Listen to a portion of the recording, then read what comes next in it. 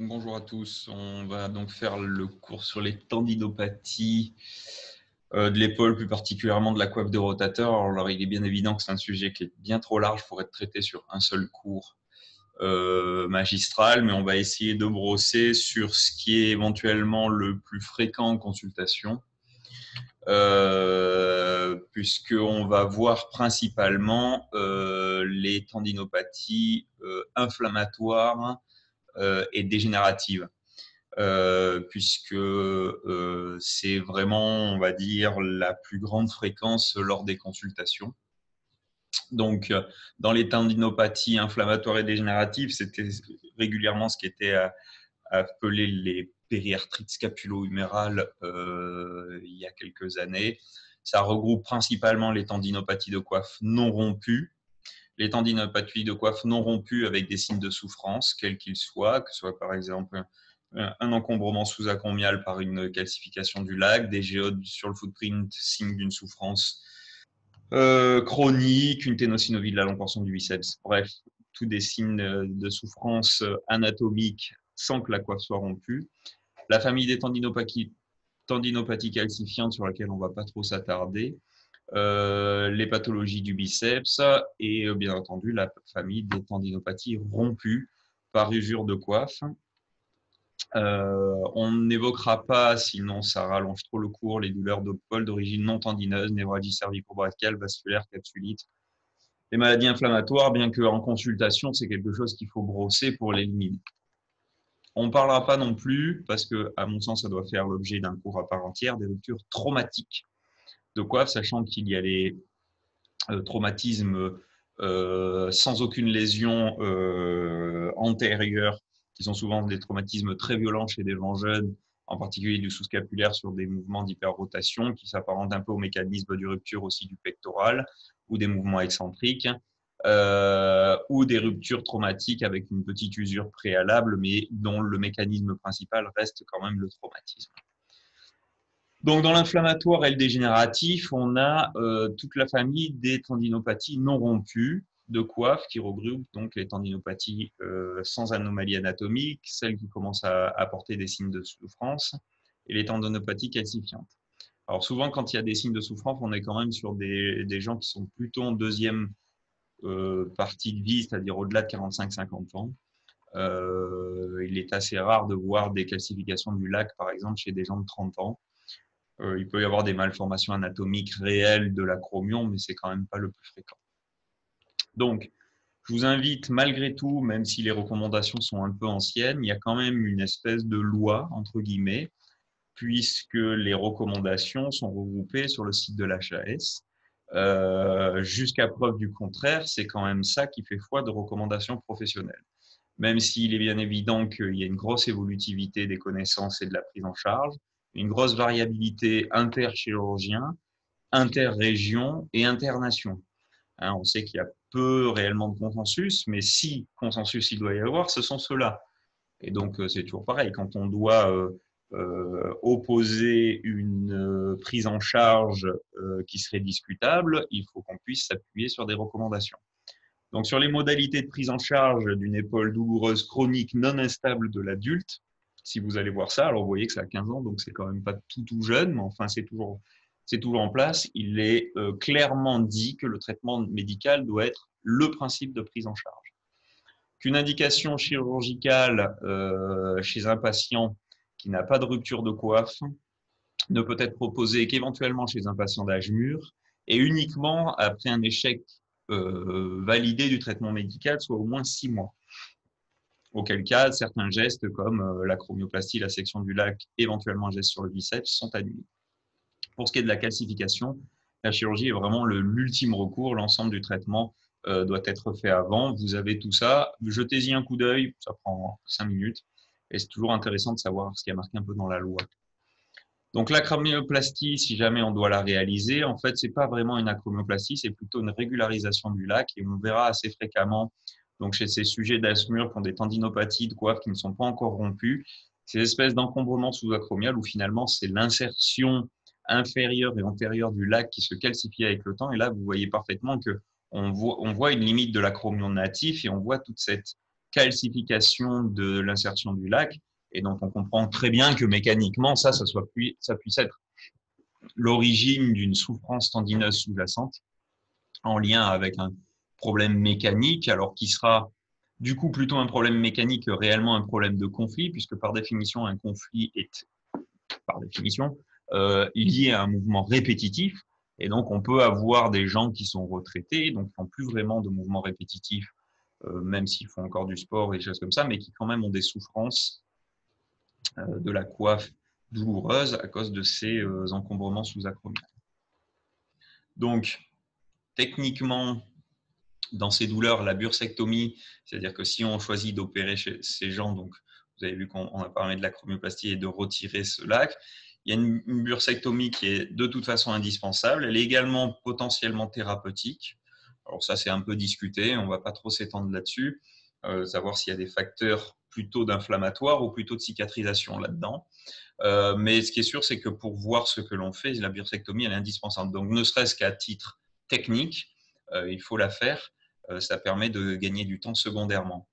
Donc, les voies d'abord, si vous devez réaliser ce type de geste d'acromioplastie isolée, sont des voies d'abord assez classiques d'arthroscopie, une voie d'abord postérieure optique, une voie instrumentale latérale ou antérolatérale, qu'on va pouvoir switcher en fonction de ce que l'on vise en particulier pour travailler. On sait que le bord latéral de l'acromion est plus facile à travailler lorsqu'on a une vision postérieure, puisqu'on voit mieux le bord latéral de l'acromion. Par contre, c'est vrai que pour le bord très antérieur, on est mieux d'avoir une vision latérale, puisque pour les mêmes raisons, on va bien visualiser les fibres du deltoïde. Les outils pour la bursectomie, pour bien visualiser les choses, c'est d'alterner le shaver et le vapeur, la sonde de vaporisation. Donc techniquement, vous voyez, il faut petit à petit, quand on rentre dans l'épaule, on a souvent une vision qui est un petit peu, on va dire, obturée par cette bourse qui peut être plus ou moins épaisse. Elle est d'autant plus épaisse que les gens ont été beaucoup infiltrés avec une espèce de toile d'araignée assez difficile à déliter. Et donc, il faut créer un espace petit à petit en alternant le vapeur, le shaver en fonction des saignements et de l'épaisseur. Et au fur et à mesure qu'on crée son espace, on vient par bien nettoyer la face superficielle de la coiffe et on mobilise son bras, d'où l'intérêt d'avoir un peu des… Pardon. D'où l'intérêt d'avoir des bras qui sont libres, qui ne sont pas en traction, pour pouvoir, par exemple, là, vous voyez, aller travailler plus facilement à la face latérale de l'humérus. Donc, ça ressemble un petit peu à ça, c'est-à-dire qu'on vient travailler et enlever cette face bursale au contact de la coiffe. Vous voyez qu'on utilise assez facilement l'aspiration avec la bouche du shaver qui ne vient pas au contact du tendon pour pouvoir éviter les lésions. Et sur le versant acromial, pareil, on vient aspirer petit à petit ces choses-là et on voit en haut apparaître le lac. Ce que vous voyez, ce qui est nacré, c'est le ligament acromiocoracoïdien qui apparaît petit à petit. La bourse, c'est une poche, donc forcément, elle a un feuillet. On est dans une bulle, donc il faut manger les parois de la bulle. En médial et en postéromédial, alors c'est pas mal à ce moment-là de switcher l'instrument et de travailler plutôt avec le vapeur pour éviter les saignements parce que c'est un endroit où il y a des petits amas vasculaires dans cette graisse sous-acromio-spinale postérieure. Donc vous venez travailler petit à petit avec votre vapeur pour commencer à voir apparaître les fibres musculaires du sus-épineux et du sous-épineux.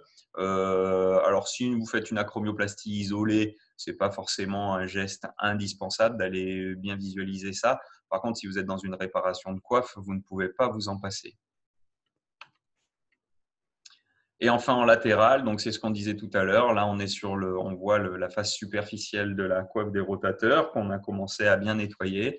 On la voit tourner. Et donc, pour continuer à passer en latéral, on passe le bras en abduction, ce qui permet de décoller le deltoïde latéral. Et là, vous voyez parfaitement que cette bourse est beaucoup plus accessible. Voilà, elle se décolle. Et là, vous allez manger tout ça à la face latérale, ce qui sera beaucoup plus facile secondairement pour travailler. Donc, une fois qu'on a fait notre bursectomie, le temps d'après, c'est la section du lac, c'est-à-dire la désinsertion du ligament acromio-coracoïdien. En général, on commence par la face profonde de l'acromion. On identifie le bord latéral, le bord antérieur, le point d'angle antérolatéral, puis le bord médial de l'articulation acromioclaviculaire. Il faut bien le désinsérer entièrement jusqu'à bien visualiser les fibres du deltoïde. Attention à la branche de l'acromiothoracique en antérieur. Alors, tout ça, c'est des choses qui s'apprennent plutôt au bloc opératoire. Hein. Et disséquer un petit peu le lac sur ses deux bords pour éviter qu'il garde une tension trop importante. Donc, ça ressemble un petit peu à ça, c'est-à-dire que vous voyez, hop, on voit notre ligament là, qui est inséré à la face profonde de l'acromion, et lorsque on commence à le désinsérer, voilà, on voit apparaître l'os de l'acromion dessous, qui est en fait soit l'os de l'acromion directement, mais la plupart du temps, dans ces cas où on indique une éventuelle acromioplastie, un débridement sous-acromial de manière isolée après 6 mois de traitement médical en échec, c'est souvent en fait une partie du lac encore qu'on voit, mais qui s'est calcifiée avec le temps. Et donc l'idée, c'est de bien identifier tous les bords de la masse osseuse, de l'acromion, en avant et sur les côtés. On va passer un petit peu ça. Voilà, une fois qu'on a bien identifié la face inférieure de l'acromion, on va bien disséquer en avant la face antérieure pour bien décoller l'ensemble du ligament acromio-coracoïdien, et à la face médiale également pour bien identifier le bord médial de l'acromion. Et là, une fois qu'on a tout désinséré, vous voyez, on passe, là on est sur le bord antérieur, on passe à la face superficielle des fibres du ligament acromio-coracoïdien pour être bien certain de les détacher entièrement de l'acromion, de la face antérieure de l'acromion. Vous voyez, on passe avec le vapeur petit à petit comme ça, et on détache pour être bien certain que tout est détaché. Alors attention, parce que là, voilà, on peut tomber sur la branche de l'acromiothoracique qui, si on n'y prête pas garde, peut se mettre à saigner d'un coup. Donc là, il faudra faire une coagulation précautionneuse pour éviter d'avoir un saignement actif qui, voilà, là on arrive à l'articulation acromioclaviculaire, pour éviter d'avoir un saignement trop important et se retrouver dans une situation où on perd la visibilité pendant X temps, et on sait que chaque temps passé en arthroscopie occasionne un gonflement de l'épaule, une infiltration des tissus, et donc on essaye d'éviter le plus possible de perdre du temps lors de la réalisation de ces gestes. Là, voilà, on va la voir parfaitement.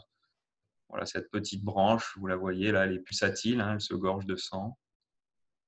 Donc en avant du lac. Donc pour la chromioplastie, il faut avoir quelque chose qui permet de réséquer de l'os, quel que soit l'outil, une grosse fraise, le shaver, le vapor, Tomcat, Resector, peu importe les outils que vous utilisez. Les voies d'abord, c'est un petit peu comme tout à l'heure pour la bursectomie, c'est souvent ce qu'on utilise, ou postérieur ou latéral. L'idéal, c'est de retrouver le niveau de l'acromion natif, et vous voyez que le ligament acromio-coracoïdien, ce qu'on disait tout à l'heure, s'insère à la face antérieure et inférieure de l'acromion, mais pas sur toute la largeur médio-latérale. Et donc, assez régulièrement, on voit ces espèces de marches d'escalier, c'est-à-dire que toute cette partie, c'est du lac calcifié, et le niveau de l'acromion natif est donné un petit peu par cette marche d'escalier. Et donc là, on voit absolument ce qu'il faut réséquer pour retrouver l'acromion natif et retrouver un espace satisfaisant. Hein. Donc, c'est marqué en jaune. On va essayer de s'aligner sur la face profonde de l'acromion sur le bord médial. Donc, la limite, c'est les fibres du deltoïde. On ne va pas au-delà des fibres du deltoïde. Et normalement, si on ne résèque pas réellement d'acromion, mais plutôt la calcification du lac, on ne doit pas être délétère pour le deltoïde. Et donc, on a ce fameux signe du drapeau, la rouge-blanc-rouge, avec les fibres du deltoïde, leur zone d'insertion tendino-musculaire, et puis l'os sous-cortical mis à nu. Voilà pour l'acromioplastie. Un mot sur le biceps. Alors, le biceps, c'est une portion, souvent la portion intra-articulaire qui est concernée, qui peut être une pathologie lorsqu'on voit des gens en consultation pour des lésions, des tendinopathies de coiffe non rompues, mais avec parfois une symptomatologie bicipitale préférentielle. Il faut analyser un petit peu les choses. Donc, vous savez que le biceps a une portion intra-articulaire qui s'insère en partie sur le labrum, en partie sur le tuberculus glénoïdien, qu'il est blanc, régulier, souple, il est mobile dans sa gouttière et stable. Donc elles sont rarement isolées, mais ça peut avoir, on peut le voir en particulier dans les tendinopathies non rompues de coiffe, qui peuvent avoir une symptomatologie bicipitale préférentielle, parce qu'il y a une application douloureuse qui est importante. Sous différentes formes, alors des tendinites, des ténosynovites, ils peuvent être déformés ou élargis en sablier. Et surtout, la particularité du biceps, c'est que c'est un tendon qui prend un chemin qui n'est pas naturel et qui a vraiment envie de prendre la corde d'arc, c'est-à-dire d'aller plus rapidement vers le bas, et qui peut parfois être instable, voire luxé. Alors, toutes les techniques d'examen clinique du biceps sont assez sensibles, ce qui fait rapidement mal dans l'épaule avec des irradiations distales, mais c'est assez peu spécifique. Alors, il fait mal rapidement, mais c'est toujours difficile de dire avec certitude que c'est lui qui fait mal et uniquement lui. Ça irradie assez volontiers vers le coude, et quand on a des gens même qui ont des douleurs qui passent le pli du coude là, et qui vont jusqu'à l'insertion du tendon conjoint distal du biceps, c'est très évocateur malgré tout. Bon, il y a de nombreux tests qu'on ne va pas trop détailler, vous avez ça dans tous les bouquins. La ténosynovite, c'est une tendinite au stade exsudatif et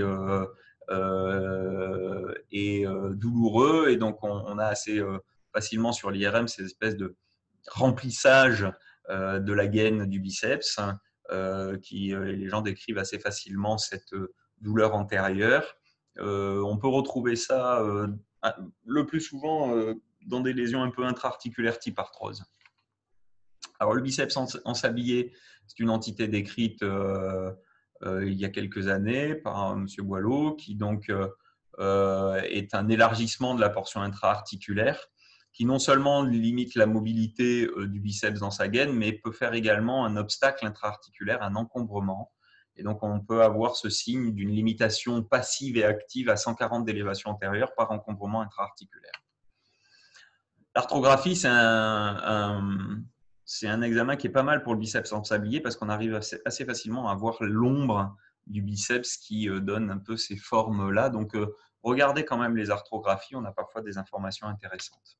Vous voyez cet autre exemple, on voit parfaitement la portion élargie du biceps. Donc, après la ténosynovite, la tendinite, la ténosynovite et le biceps en sablier, il y a une entité très particulière du biceps qui a ce d'intéressant qu'elle peut tout à fait après impliquer un autre tendon qui est lui une importance capitale dans l'épaule, qui est le sous-scapulaire, puisque la plupart des instabilités du biceps sont plutôt des instabilités antérieures, avec donc une implication plus ou moins cause ou conséquence du sous-scapulaire. L'instabilité postérieure est possible, mais plus souvent secondaire à une éventuelle lésion de coiffe, avec le biceps qui, en rotation interne, vient se loger un petit peu dans la lésion de la face profonde du sus-épineux, mais on est quand même assez souvent plutôt dans une implication avec le sous-scapulaire, avec différentes classifications qui ont été décrites, avec en particulier, vous savez, cette poulie de réflexion qui est en fait une superposition de ligaments gléno-huméral supérieur, de ligaments coraco-huméral et de capsules, qui est une partie stabilisante du biceps. On a différents niveaux d'instabilité. Alors, on peut avoir une instabilité purement dynamique qui ne survient que quand les gens se mettent en rotation interne ou en abduction rotation externe. Les subluxations avec ces biceps qui viennent s'écraser un peu sur la petite tubérosité. Et là, on comprend complètement que ça peut passer au-dessus, ça peut passer dedans, ça peut passer en dessous, mais il va y avoir de l'implication forcément avec le sous-scapulaire. Et les luxations complètes, où là, finalement, le biceps prend directement le chemin le plus court avec la corde d'arc, le trajet le plus court pour aller vers le bas. Et souvent, quand il y a une luxation complète, à moins que vraiment il passe tout en avant, il y a quand même souvent des lésions à minima ou de grosses lésions du sous-scapulaire associées. Donc, pour gérer la longue portion du biceps, on a des techniques de ténotomie, de ténodèse arthroscopique. On va aller assez vite là-dessus Ce sont plutôt des choses à apprendre lors des DU dédiés, soit d'arthroscopie, soit de l'épaule et du coude. La ténotomie, c'est une section simple à la zone d'insertion du biceps, en étant bien certain que le biceps se libère bien et qu'il ne reste pas coincé en intra-articulaire, qui finisse bien de descendre dans la gaine et ne soit pas obstrué. On a alors à l'opposé une technique de ténotomie qui est une technique de ténotomie dite un peu en parachute ou en champignon, où l'objectif est d'essayer d'obtenir quelque chose d'un peu d'autobloquant sous le ligament transverse, ce qui va un peu à l'opposé de ce qu'on vient de dire précédemment, c'est-à-dire que dans la ténotomie, on a envie que le biceps soit suffisamment libre pour bien se libérer. Mais l'inconvénient, on va dire, c'est quasiment le seul de la ténotomie, reste quand même la survenue de signes de Popeye dans un nombre de cas non négligeable, qui peut être mal vécu par les patients. Et donc, l'idée, c'est d'essayer de diminuer un peu la survenue de ce signe de Popeye en réalisant un empattement, une désinsertion en portant un peu de labrum du biceps pour avoir un empattement, un petit fleur au bout de la longue portion du biceps pour qu'il se cale là-dedans. Pour l'instant, on ne sait pas si c'est mieux, si c'est moins bien et si ça n'occasionne pas plus de douleur. C'est peu étudié. Les techniques de ténodèse, alors il y en a plusieurs, que ce soit sur le site de ténodèse ou pour les outils utilisés, vis, suture, encre ou forage osseux autobloquant. En tout cas, ce qui est sûr, c'est qu'en termes de cahier des charges théoriques, il faut que la ténodèse, puisqu'on va la comparer à la ténotomie, elle soit facile à réaliser, fiable, si possible reproductible, peu coûteuse, puisque la ténotomie ne coûte absolument rien.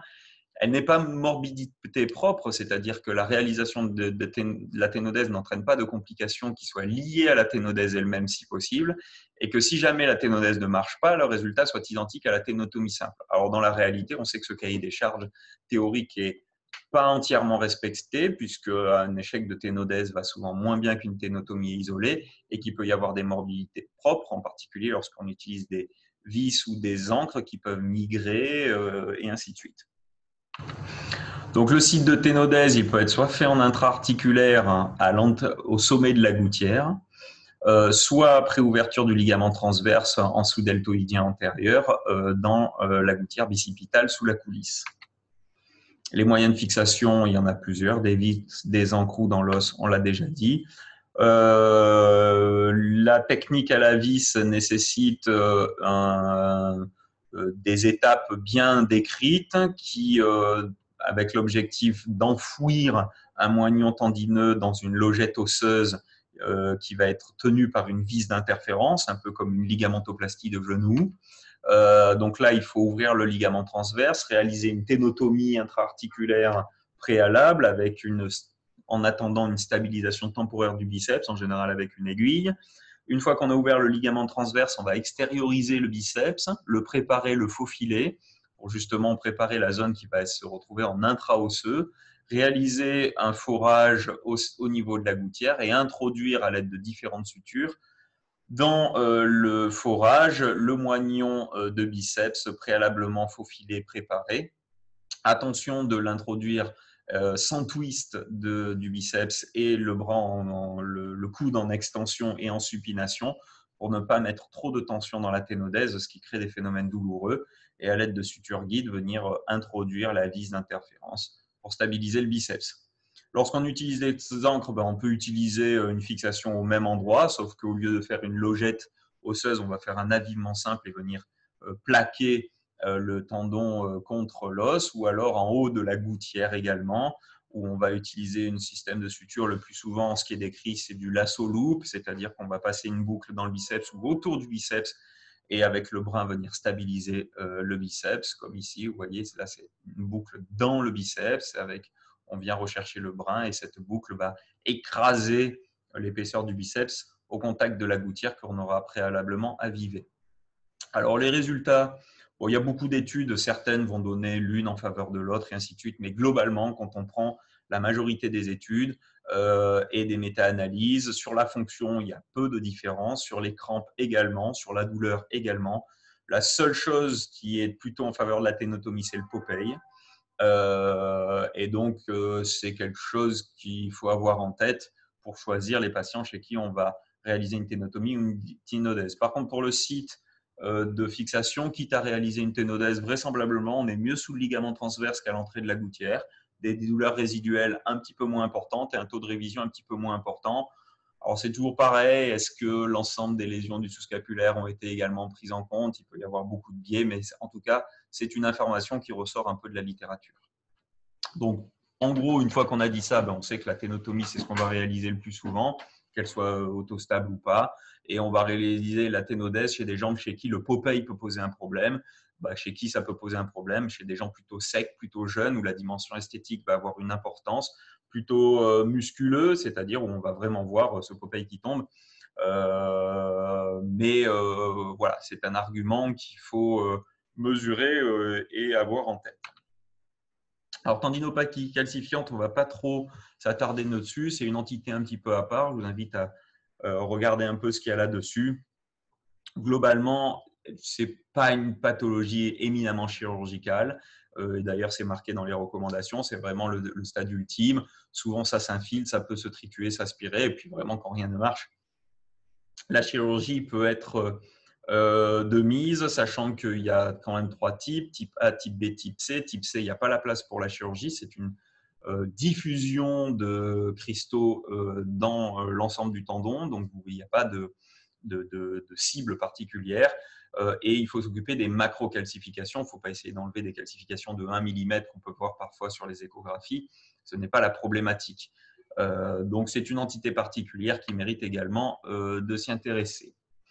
Donc, une fois qu'on a un peu brossé les tendinopathies non rompues, inflammatoires et dégénératives de la coiffe, de l'épaule, on va s'intéresser aux tendinopathies rompues par usure de la coiffe. Et donc, on est sur une rupture dégénérative qui est donc plutôt une usure. Et qui dit usure dit souvent un petit peu perte de substance tendineuse et altération qualitative. C'est-à-dire qu'une analyse quantitative pure, on a des outils pour le faire. L'analyse qualitative, c'est encore autre chose, et c'est pour l'instant quelque chose sur lequel on n'a pas trop de réponses. Alors bien entendu, il y a la comorbidité du patient, son âge, les pathologies qui sont délétères pour la cicatrisation, les facteurs de risque de mauvaise cicatrisation comme le tabac ou le diabète, des choses comme ça. Mais c'est difficile d'analyser avec nos outils la qualité réelle d'un tendon. Donc, la tendinopathie rompue. Globalement, on va essayer de voir un petit peu ça. Il y a une notion d'âge pour ce qu'on vient de dire et on va analyser un petit peu si c'est symptomatique, réparable, non réparable. Là au-dessus, vous avez aussi des recommandations qui sont de 2008, donc ça commence à dater aussi, ça a 13 ans, mais qui existent. Donc c'est un argumentaire, il faut savoir que ça existe, il faut savoir que c'est sur le site de l'HAS. Et s'il y a des recommandations professionnelles, c'est qu'il y a une petite loi ou une petite, c'est pas un consensus, mais en tout cas, les autorités se sont mis d'accord sur des grands principes de prise en charge. Donc les tendinopathies rompues de coiffe. Vous pouvez aller voir ça. Et il y a un joli travail qui avait été fait à la SFA qui est sur les après 70 ans, car la question de qu'est-ce qu'on fait après 70 ans chez ces patients qui ont des ruptures de coiffe, que je vous invite à aller voir aussi. Alors, premièrement, quand on voit un patient en consultation, on regarde un petit peu. Quel est l'âge du patient? Donc, 65 ans, on va dire que ça va être notre cut-off, même si on n'opère pas des radios ni des cartes d'identité. Pourquoi les gens viennent? C'est très important d'analyser le signe fonctionnel parce que la réponse ne sera pas exactement la même en fonction du signe fonctionnel. Donc, on commence toujours par ça parce que sinon, vous êtes piégé. Les gens s'assoient dans le fauteuil, ils vous sortent l'IRM, vous disent voilà mon IRM. Non, on enlève l'IRM du bureau et on repart du début. Pourquoi vous venez en consultation aujourd'hui? Vous venez parce que vous avez mal, vous venez parce que vous avez certains mouvements qui vous n'arrivez plus à faire pour les deux, depuis combien de temps et ainsi de suite. Donc, il faut arriver à évaluer tout ça. On évalue également, c'est très important, la raideur de l'épaule. Et ensuite, on analyse progressivement notre épaule. Bon, ça, pareil, on enfonce un peu des choses que vous avez déjà appris sur la sémiologie de l'épaule. Les différents tests. Alors, en vrai, il y a peu de tests dans l'épaule qui sont excessivement spécifiques. Ils ont tous une certaine sensibilité, c'est-à-dire que quand ils font mal, il y a un petit quelque chose qui se passe, mais ce n'est pas forcément ce à quoi on pense. Alors moi, à titre personnel, j'aime beaucoup le Yukun, qui est le test en cross-arm, là, avec, on demande d'élever le coude. Si lui, il fait pas mal, il n'y a pas grand-chose au niveau tendineux dans l'épaule.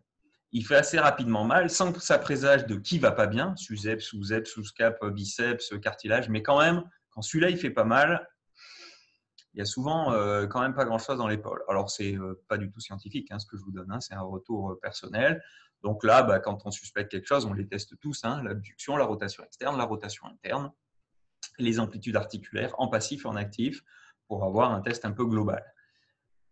Donc, il y a des questions à poser. Est-ce que vous avez déjà fait du kiné? Est-ce que vous êtes déjà fait infiltrer? Est-ce que vous avez déjà été traité? Oui, non. Et ensuite, est-ce que l'épaule est souple? Si l'épaule n'est pas souple, on s'arrête. Si on a déjà une raideur au niveau de l'épaule, il va falloir d'abord traiter ça en priorité. Et ensuite, une fois qu'on a ces informations, maintenant, on se pose la question des lésions. Quel tendon? Quel type de rupture? À quel stade? Est-ce que le biceps est concerné? Quel est l'index de déjacence graisseuse? Comment sont les articulations et l'espace sous-acromial et l'état cartilagineux? Donc, quel tendon?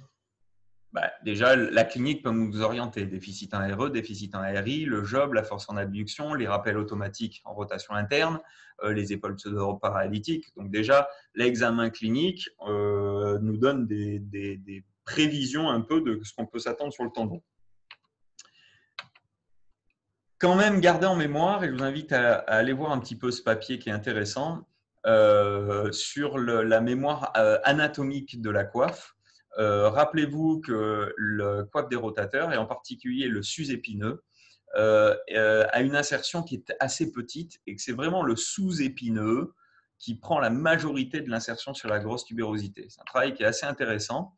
Vous voyez que quand on résèque, vraiment on dissèque le sus-épineux, le supraspinatus, là, la zone d'insertion elle est très antérieure sur la grosse tubérosité. Il prend un virage. Alors ça, c'est intéressant à savoir, surtout quand on fait de la réparation, c'est-à-dire que la zone d'insertion du sus-épineux, souvent, on pensait que c'était moite-moite, mais en fait, c'est assez souvent pas du tout moite-moite, et voire même le sus-épineux saute assez facilement sur la petite tubérosité, ce qui, pour ceux qui se sont intéressés un petit peu aux ruptures du sous-scapulaire, est tout à fait l'explication du coma sign, et donc de cette espèce de corde maintenue à l'extrémité latérale de la coiffe lorsqu'on a ouvert l'intervalle des rotateurs et qu'on a une espèce de contact encore, de lien encore entre le sus-épineux et le sous-scapulaire.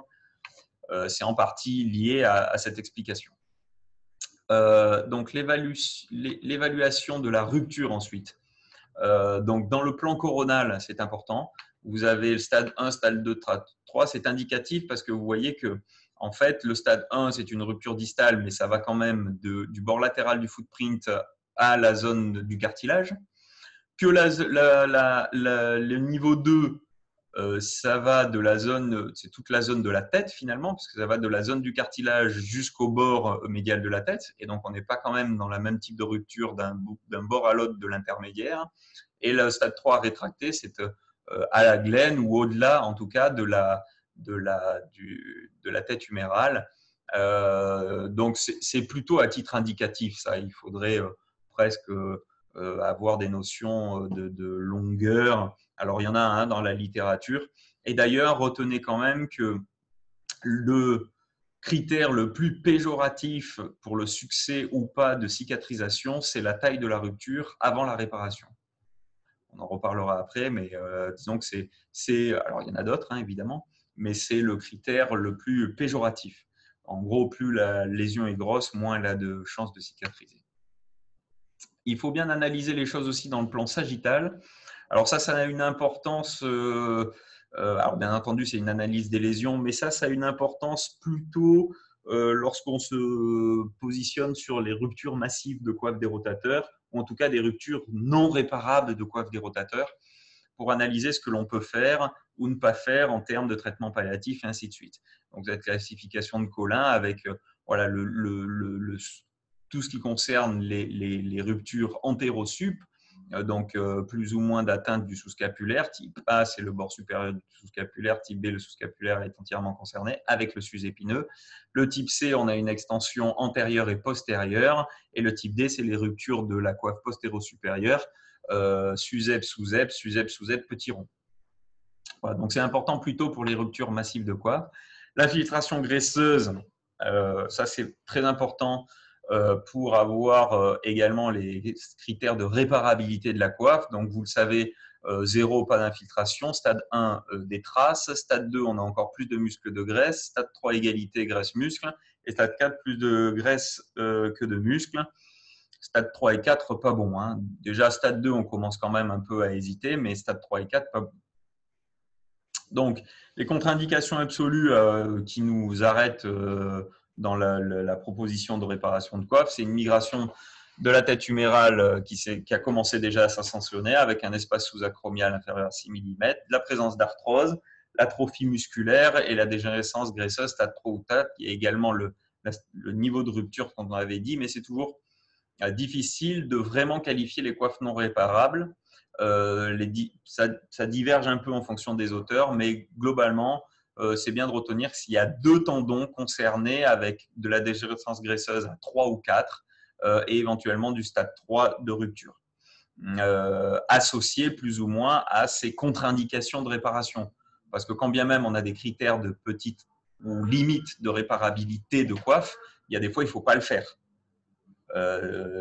Donc avec contre-indication. Et donc c'est la plus ou moins association de ces deux choses qui fait qu'on va qualifier une coiffe réparable ou non réparable. On reparlera des différentes options tout à l'heure. Si on choisit de réparer une coiffe des rotateurs, le débridement et la libération du tendon, les temps chirurgicaux sont les suivants, pardon, le débridement du tendon, la préparation de l'insertion de la coiffe au niveau du footprint, car la cicatrisation viendra plutôt des cellules osseuses qui vont être occasionnées par le saignement. On positionne les ancres et on répare sans tension avec une bonne couverture du footprint. Après, il y a différentes techniques sur lesquelles on ne va pas trop s'étendre. Ce n'est pas trop un cours sur la technique. Et c'est surtout au bloc opératoire que vous apprendrez ça, un rang, 2 rangs, peu importe. Donc voilà, les questions techniques, quel type d'angle, quelle suture, quel nœud, double rang, simple rang. Il y a différentes techniques de réparation, peu importe. Juste comme exemple, voici quelques images rapides que je vais passer rapidement. Le film est un petit peu long. On est en vision latérale.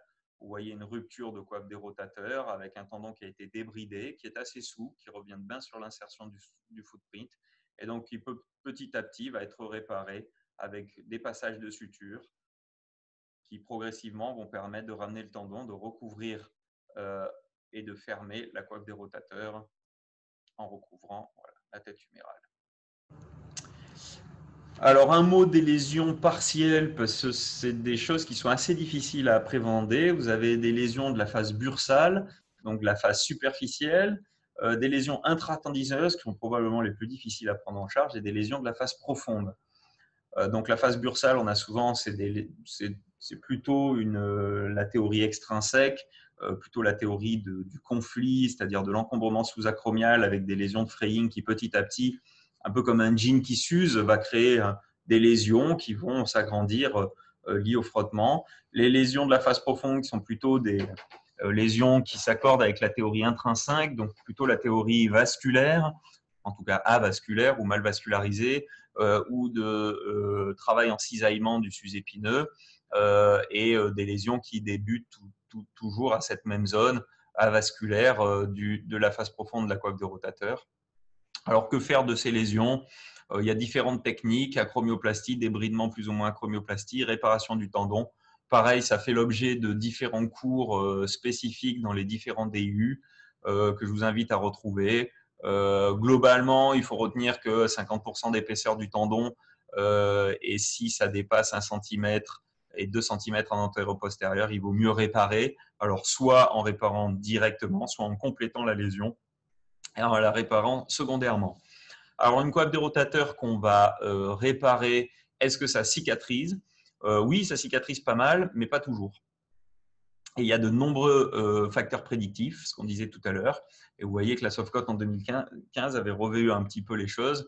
et on a quand même plus de la moitié qui a 20 ans à répéter en termes de lésions de coiffe. Donc, il continue. Ce n'est pas parce que quand bien même, en plus, ça cicatrise, que l'évolutivité vers une nouvelle rupture n'est pas possible. Il y a ça et il y a celle qui ne cicatrise pas. Sachant que le facteur pronostic, le critère le plus péjoratif, c'est la taille de la rupture préopératoire. Alors, combien de temps? Et je pense que c'est très important à savoir. Ça a mis entre 12 et 16 semaines au niveau de l'anthèse. Ce qui veut dire que si on fait du renforcement musculaire à 6 semaines, ben on va d'abord créer probablement des douleurs et ensuite on risque de faire lâcher les sutures et de compromettre la cicatrisation. Et je pense que c'est extrêmement important quand vous élaborez, si un jour vous le faites, vos protocoles de rééducation après réparation de coiffe, avant 3 mois, il n'y a pas de renforcement musculaire. On veut que ça bouge et que ça fasse mal, point final. On veut une épaule souple et non douloureuse. On n'a pas dit qu'on voulait de la force, on ne veut pas de renforcement musculaire. Donc avant la 12e semaine, pas de renforcement musculaire parce que ce n'est pas cicatrisé et la cicatrisation est encore en cours. Donc, je dirais même, quand certaines coiffes qui sont réparées à 65 ans, je dirais même que 4 mois, c'est plus raisonnable. Parce que d'abord, en plus, le renforcement musculaire n'est pas forcément indispensable, mais s'il l'est, c'est bien d'attendre 3 ou 4 mois. Alors, pour juste conclure ce brossage un peu, voilà, pour vous donner une vision un peu globale des tendinopathies de coiffe, comment on fait un peu pour décider, parce que c'est souvent ce qui pose problème au début, quand vous voyez même à vos premières consultations ou même quand vous faites des consultations post-urgence, comment est-ce qu'on décide d'opérer, pas opérer, qui on opère? Alors globalement, on a vu tout à l'heure que le traitement médical il doit être quasiment toujours présent. Et c'est vrai. Que ce soit même pour rendre une épaule la moins douloureuse possible ou en traitement pur et simple, de toute façon, il faut passer par un traitement médical. Par traitement médical, j'entends rééducation, décoaptation, recentrage, infiltration sous-acromiale éco-guidée, c'est-à-dire que on est certain de ne pas être ni dans le deltoïde, ni dans le tendon, ni n'importe où, ni au-dessus de l'acromion. Donc, on fait faire des infiltrations plutôt sous contrôle échographique. Alors, ce n'est pas la peine d'en faire 8 des infiltrations, une ou deux, ça suffit.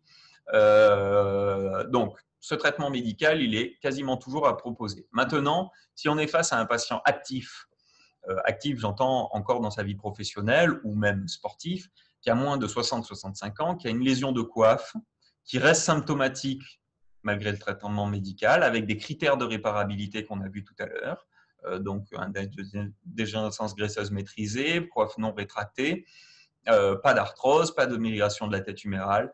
Là, le traitement de choix, c'est la réparation chirurgicale. Si maintenant on a un patient actif également de 60-65 ans qui a une lésion de coiffe qui est asymptomatique, avec des critères de réparabilité et des critères de cicatrisation qui sont favorables, à ce moment-là, on est dans une indication qui est toujours difficile à proposer. Il est probablement mieux pour ce patient de lui réparer sa coiffe des rotateurs, mais on est dans un terme de proposition de réparation. Parce que quelqu'un de parfaitement asymptomatique, c'est toujours difficile de lui proposer le traitement. Alors, je ne parle pas des patients qui sont devenus asymptomatiques après un traitement médical qui était très symptomatique, encore que ça revient un petit peu à la même chose. Et donc là, les arguments, il va falloir être très clair dans ce qu'on propose, c'est-à-dire qu'on ne va pas les opérer parce qu'ils ont mal ou parce qu'ils ne bougent pas, puisqu'ils sont asymptomatiques. On va les opérer plutôt sur de la prévention. 1, éviter que ça redevienne ou que ça devienne symptomatique. 2, que ça devienne éventuellement non réparable dans le temps et que d'ici là, on se retrouve éventuellement dans 5-6 ans, si ça devient symptomatique, dans une situation où la capacité de cicatrisation ne sera plus la même, voire de coiffe non réparable. Mais on est sur des arguments de préventif. Donc, ça reste une proposition de réparation. On n'est absolument pas dans une indication formelle. Il faut faire attention quand on propose ce genre de choses aux patients et qu'ils le comprennent bien. Ensuite, si on a un patient de plus de 65 ans, alors c'est des ordres d'idées ça, 65 ans, on a une lésion de coiffe symptomatique, on a fait notre traitement médical 4 à 6 mois, tout bien comme il faut, et il y a des bons critères de réparabilité, on est sur une proposition de réparation chirurgicale qui est tout à fait possible. Et on l'a vu, dans le topo, on a vu qu'il y avait eu un joli travail de la SFA qui avait été fait, où il a été montré que même après 70 ans, chez des gens encore actifs, résistants au traitement médical, qui ont une authentique lésion de coiffe symptomatique, avec des bons critères de réparabilité, dégénérescence graisseuse, rétraction et ainsi de suite. Une coiffe qui peut être réparée, pas d'arthrose. On peut tout à fait proposer une réparation de coiffe et avancer qu'il va y avoir un bénéfice symptomatique pour eux. Donc, mais on est au-delà de 65 ans, donc on est plutôt dans une proposition, ce n'est pas une indication formelle, mais on sait que s'ils restent symptomatiques, la réparation chirurgicale peut être un grand bénéfice pour eux. Si maintenant on a un patient actif de 65 ans, de plus de 65 ans, qui a des lésions de coiffe asymptomatiques, ou alors pour lequel le traitement médical est efficace, même s'il y a des critères de réparabilité, le mieux est quand même l'abstention. Alors rien n'empêche de discuter, en laissant une part de choix aux patients, évidemment, mais l'abstention sera plutôt quand même le choix numéro un. Alors, ce n'est pas un cours sur la coiffe non réparable, mais je vous en dis un petit mot quand même. Je pense que c'est des cours qui doivent être faits à part entière. Si par contre, on est face à des critères de non-réparabilité ou de contre-indication à la réparation de coiffe et que c'est très symptomatique. Si ce n'est pas symptomatique, il faut laisser ça comme ça. Si c'est très symptomatique et qu'il y a déjà de l'arthrose, le traitement choix, c'est la prothèse inversée d'épaule.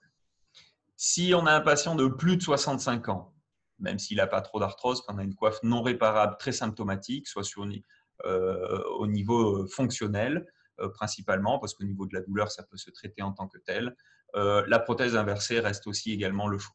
Si maintenant on a des gens de moins de 65 ans qui a une rupture non réparable de la coiffe des rotateurs, il faut faire une analyse fine et c'est là où ça prend tout son sens d'être vraiment un apprentissage à part entière.